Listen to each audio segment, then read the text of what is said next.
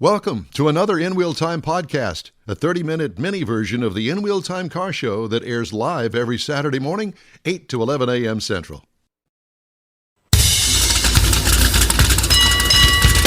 You've got the award-winning In Wheel Time car talk show. Coming up, we're going to talk to some folks about all sorts of good things. God.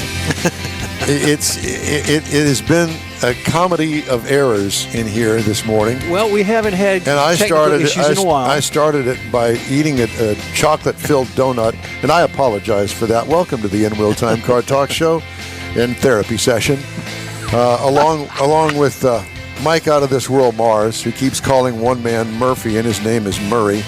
And then we have Jeff Zekin, who brought the donuts, and then you got me that's somehow wound up in all of this mess. We're also going to review the 2024 Subaru Crosstrek. Jeff does not have the motor minute on a piece of paper. It's coming out of his mind, and you know how sick and cruel that can be. God help us all. Well, again, welcome to the In Wheel Time Car Talk Show. Or not. You may regret listening or watching. Go sports. What, Mars? Why are you leaning over here looking at me that way? Too close to me. I was just going to ask if you would push that gray button. What gray button? Do what? The gray button on the red computer. Push the gray button on the red computer. See, this is... I don't understand. You can't do it until it starts. We pushed the gray button. Thank you. And 3 listeners just disappeared. The only 3 that we had. I know. Well, at any rate, we're supposedly having guests on in this hour, but we don't have them ready yet, apparently. Well, I resent the email. Okay.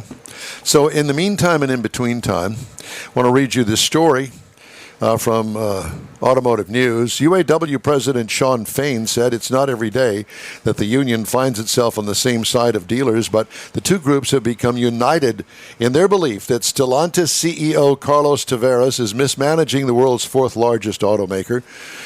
Dealers say reckless short-term decision-making to secure record profits in 2023 has left them anemic and diminished, piling up inventory as U.S. market share plummets. The UAW is incensed by job cuts and threatening to strike over what it says are broken promises by Stellantis, which disputes the claims. Meanwhile, numerous high-ranking executives have left the automaker. Mike and I know of a couple personally. Yeah. Shareholders are suing over lower earnings in the first half of the year. The pricing disputes and several suppliers have turned into unusual legal battles now. The unrest comes as Stellantis presses forward with an electric vehicle offensive that is both costly and uncertain. Multiple EVs are slated to reach dealerships in the months ahead, but Stellantis retailers are still having a tough time clearing inventory from the previous model year. Quote, "It's time to turn production back on and start selling our way back to a respectable market share," the Stellantis National Dealer Council wrote in September's 10th newsletter, criticizing Tavares' leadership and compensation that jumped nearly 60% last year. On a similar note, an Italian judge has seized assets worth around $84 million from 5 people, including Stellantis and Ferrari chair John Elkann, as part of an investigation into alleged tax fraud, according to prosecutors yesterday. How much was it that they... $84 million is what, million. yeah, and that's just the tip of the iceberg. Wow. It's a big mess over there. And I worry that the whole thing's going to implode and put thousands, tens of thousands of people out of work.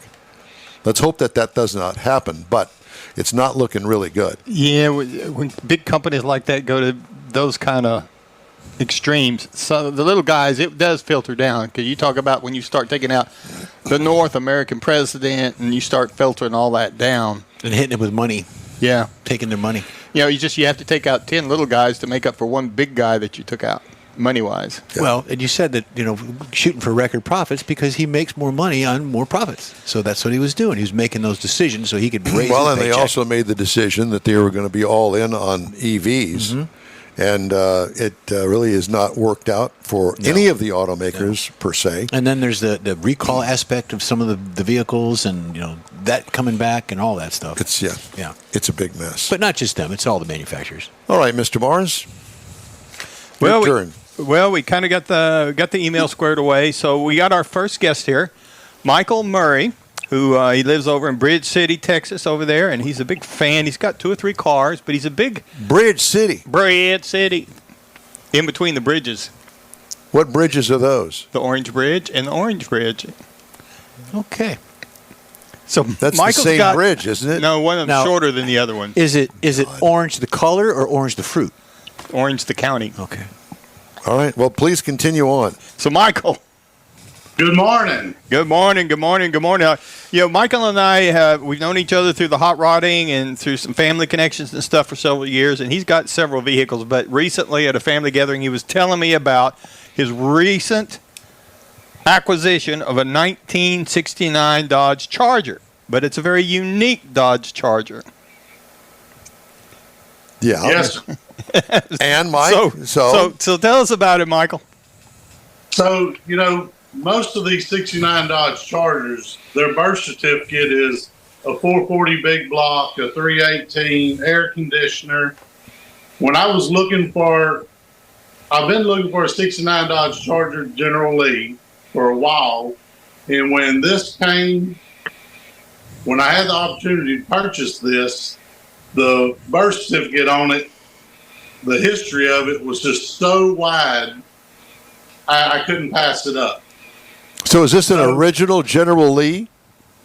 This is a original 69 Dodge Charger, and it belonged to the Northeast Ohio Dukes. And when they first started jumping 69 Dodge Chargers, they used original 69 Dodge Chargers. So they own this car, and it has made 3 huge jumps. This car has.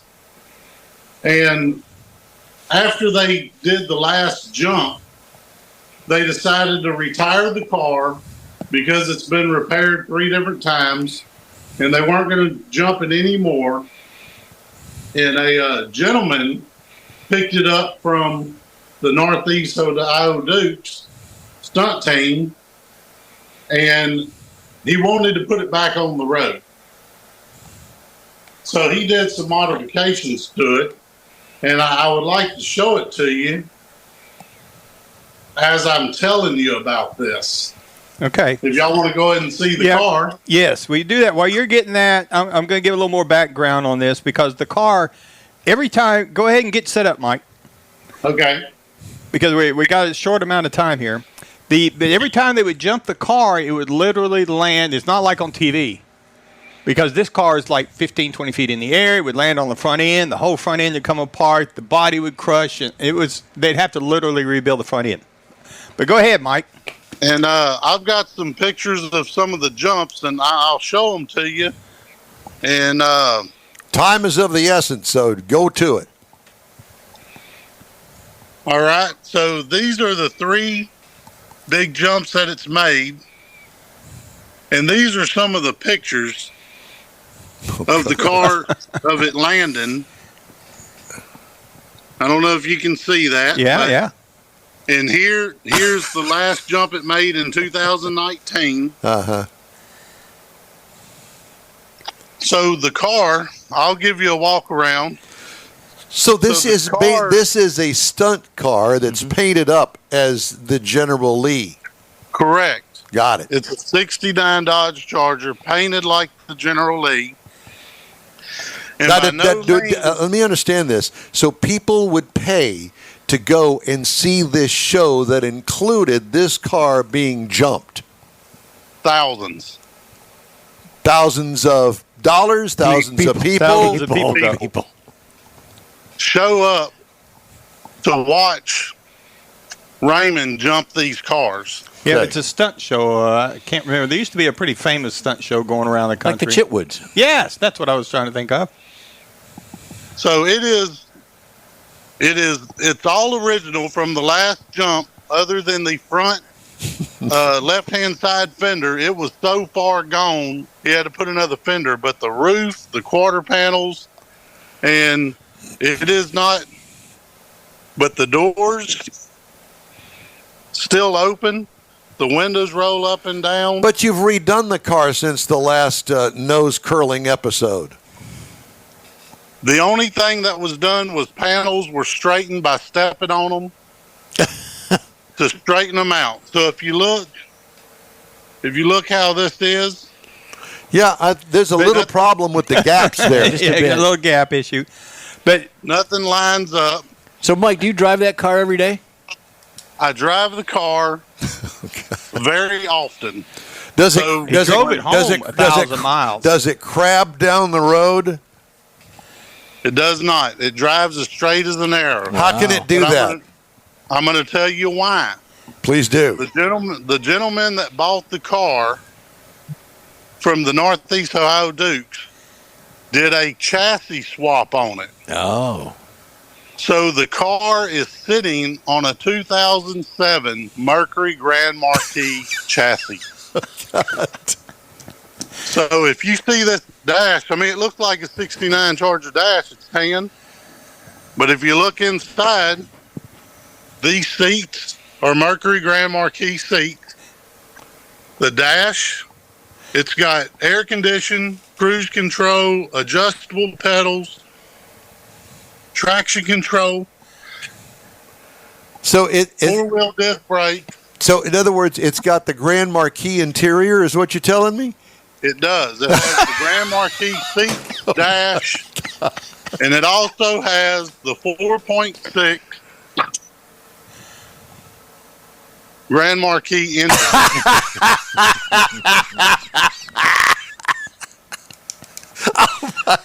In the car.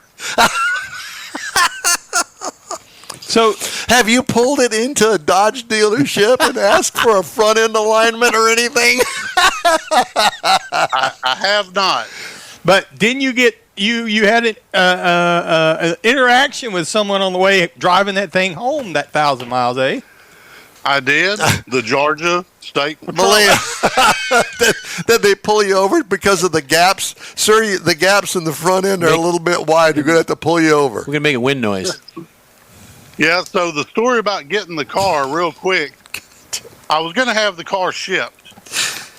And the guy kept telling me, drive it. It will make it. Well, I purchased this car in Beaufort, South Carolina. Sure. Good God. And I was hesitant on driving the car because I don't know the car. Uh-huh. So I asked my 75-year-old Nobody knows the car. The car doesn't even know the car. I asked my dad, I said, you want to take a road trip? He said, sure. We headed off to Beaufort, South Carolina, and I picked up the car in Beaufort, South Carolina, and we headed an hour north to North Carolina, and then I drove it from North Carolina all the way to Bridge City, Texas. Now, let me see. Now, let me understand this. So you were in South Carolina, then you drove north, I don't know why, to drive back south again to come home. You had to go pick up the car in North. Oh, I see. All right. The car was in North Carolina. Strip out of it, going to pick up the car. Okay. The car was in South Carolina, Beaufort, and we were making a trip, so we headed an hour north from Beaufort, South Carolina, which put us in North Carolina. And then we headed from there back to Bridge City, Texas, and I think it was 986 miles from picking up the car, not knowing it, getting in it, and hitting 70, 80. So what's the story 85. about? What's the story about the trooper pulling you over? So I figured the gentleman that sold me the car had to keep his license plates. So I had no tags. There's an orange 01 car going down the interstate. No tags, no stickers, no nothing. And I told my dad, I said, we're going to get stopped. And sure enough, I was going through Georgia, and he pulled me over because they didn't have no license plates. But, of course, I had all the proper paperwork, bill of sale where I just bought it. And he said, I had to pull you over because we have so much history with the Dukes of Hazzard. And that's because when they first started filming the Dukes of Hazzard, they filmed it in Covington, Georgia. Okay. And this is your daily driver. Almost daily. Not daily driver, but I drive it. I go to Walmart. I go out course you to do. eat. I don't have to worry about door dings or scratches or anything. No, it's got And plenty this, already. if you can see this mark right here on the door, you see that mark right Yeah. there? Yeah, we see it. Mm-hmm. So that's where they loaded the car with a forklift after the last jump. They loaded it sideways with a forklift onto the trailer. So Michael, you're going to take this to the Mopar Nationals, right? And you say you were going to do that? Well, I don't know. I would like to take it to as many things as I can, you know, as long as I can get off to go. Oh, well, yeah. But I brought it to a car show last weekend in Beveled Oaks, right outside of Lumberton, Texas. And they had about 50 cars, and it got top 25 out of 50. So, I mean, that's not too bad. No. But the story in the chassis swap is what blows people away. Yeah, that's what makes it. So, yeah, Mike. And they see, so when you see this car, a lot of people stop me and they go, was this one of the cars off of the original show? Because a lot of people don't see a car beat up like this. Right, You know, yeah. Or somebody that would buy a Sprinkles car in the that was beat quarterback. up like that. You would think, but some people are crazy. Yeah. Well, listen, we hate to cut you short, but we really appreciate you taking the time to explain the car to us, and it's been a joy to talk to you. You know, I don't believe I've laughed so hard in quite some time, but It's pretty unique. Yeah, there's no doubt about it. Well, Michael, thank you so much for joining us. Hey, appreciate you having me on the show. Thank you. All right. Bye-bye. I told you it was unique. Yes, you did. In a lot of ways. So, you know, that's a fun You show. know, for the past 10 years, Mr. Mars has been booking the guests. And for the most part, he's done a pretty good job, I'd say. Mm-hmm. I would too. But I think that he has reached out in ways that we never dreamed of. He's got a long reach. And you know, and he says, he does. He says that he knows these people.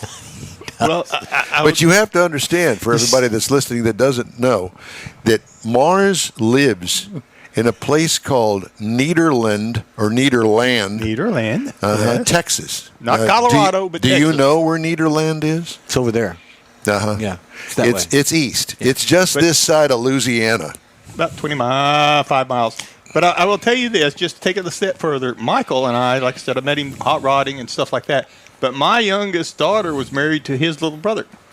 Oh, there you go. Oh, Lord. That's why you started out the conversation. You know as what? a family I event. really don't think that we need to get Family into the event. Just lineage. trying to Okay. share a little bit We here. don't need to get into the family lineage. We're going to be taking blood tests for the next guest. Well, yeah, Make sure and we're not related and I to think him. that somewhere along the lines there's going to be Uncle Eddie in this. Cousin Eddie, that's what it is. Cousin Hey, wanted to remind you that you can catch the In Wheel Time show. I was going to say Car Talk, but I don't even know anymore.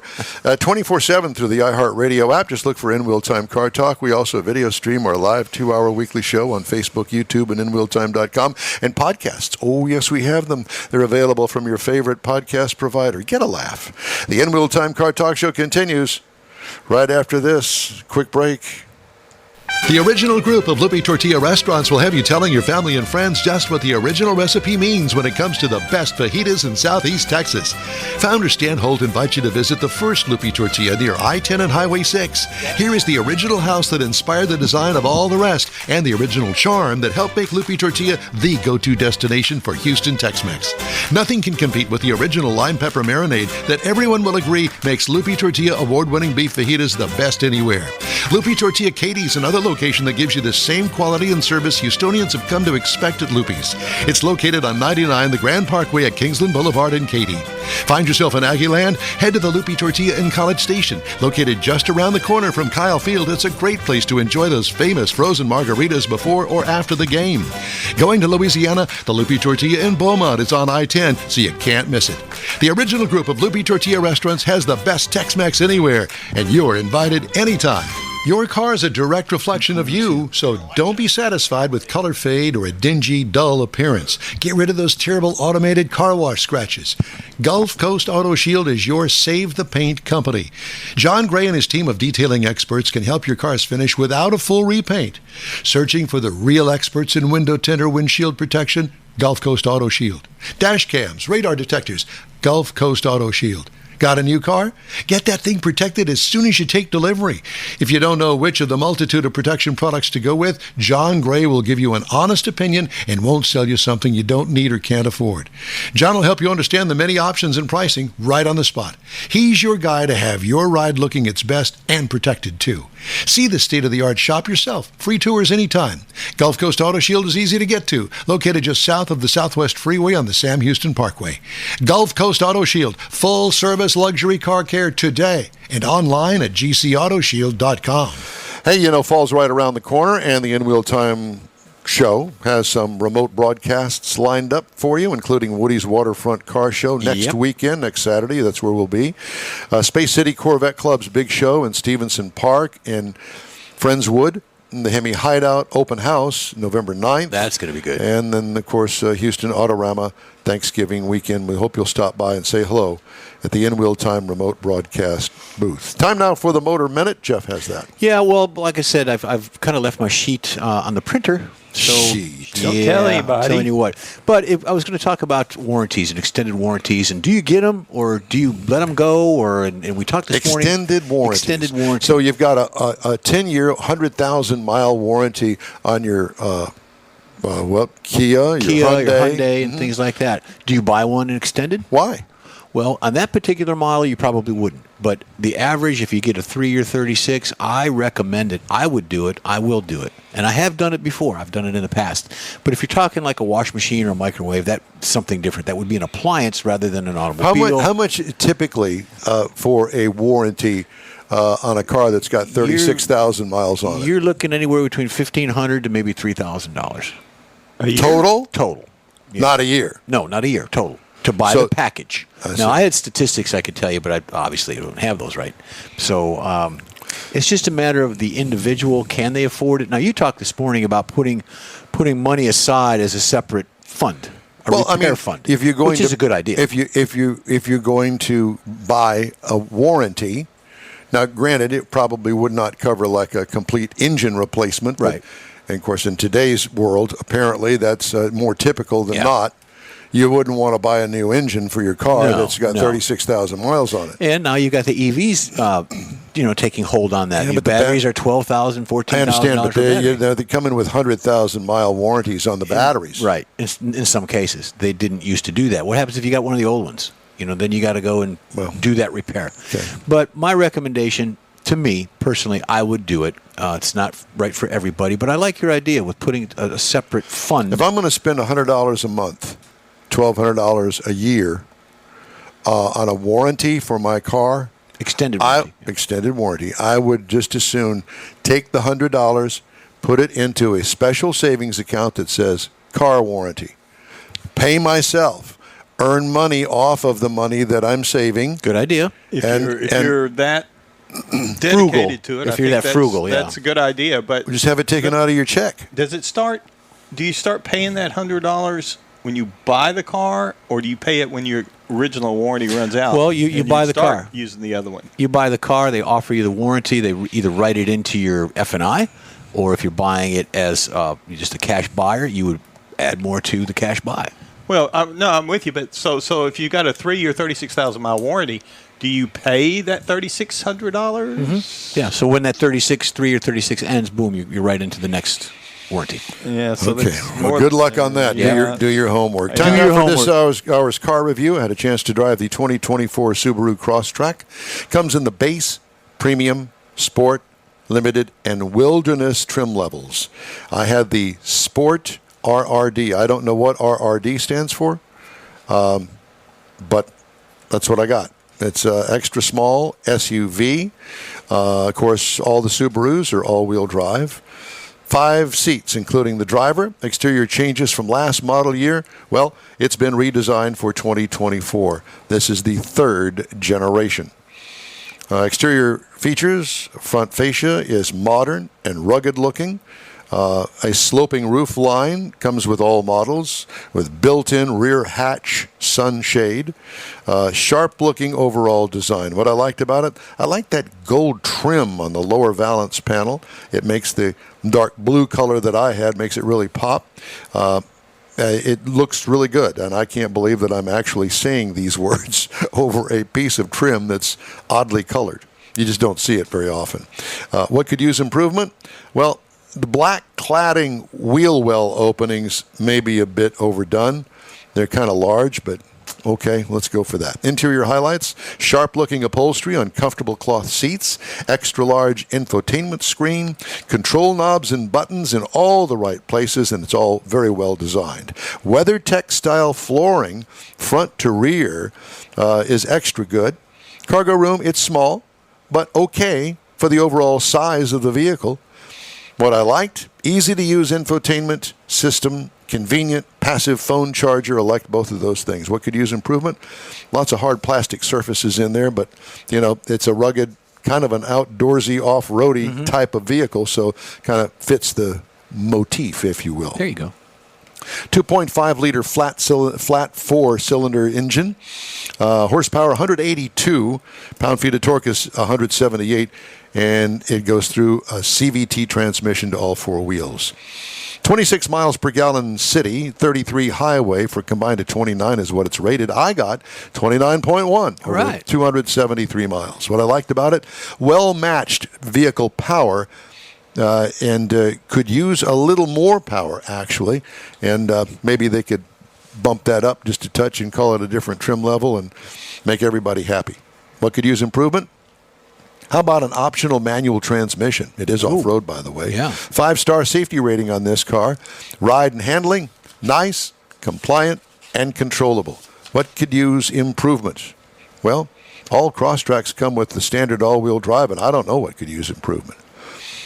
Prices. Base trim price, $29,195. Prices tested, $32,501.